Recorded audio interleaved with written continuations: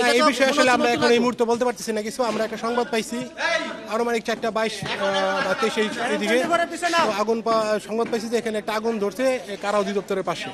তো আমরা আসছি, আসার পরে এখানে রাস্তায় কিছু ব্যারিকেড ছিল, তো এগুলা অনেকে সহযোগিতা করছে, এখানে ছাত্র অনেকে সহযোগিতা করছে।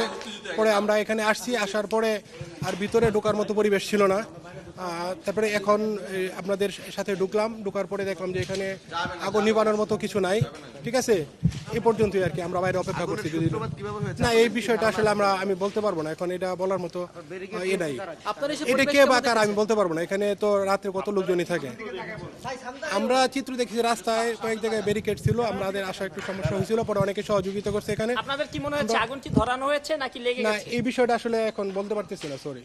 আপনারা মানে খবর যে পেয়েছেন তারপরে এসে কি দেখেছেন? এসে দেখেছি যে এখানে কিছু কিছু জায়গায় ধোঁয়া আছে, আর তেমন কিছু দেখি নাই। রাস্তাঘাটে কিছু ব্যারিকেড ছিল, এগুলো অনেকে সহযোগিতা করছে, করার পরে আমরা এখানে আসছি।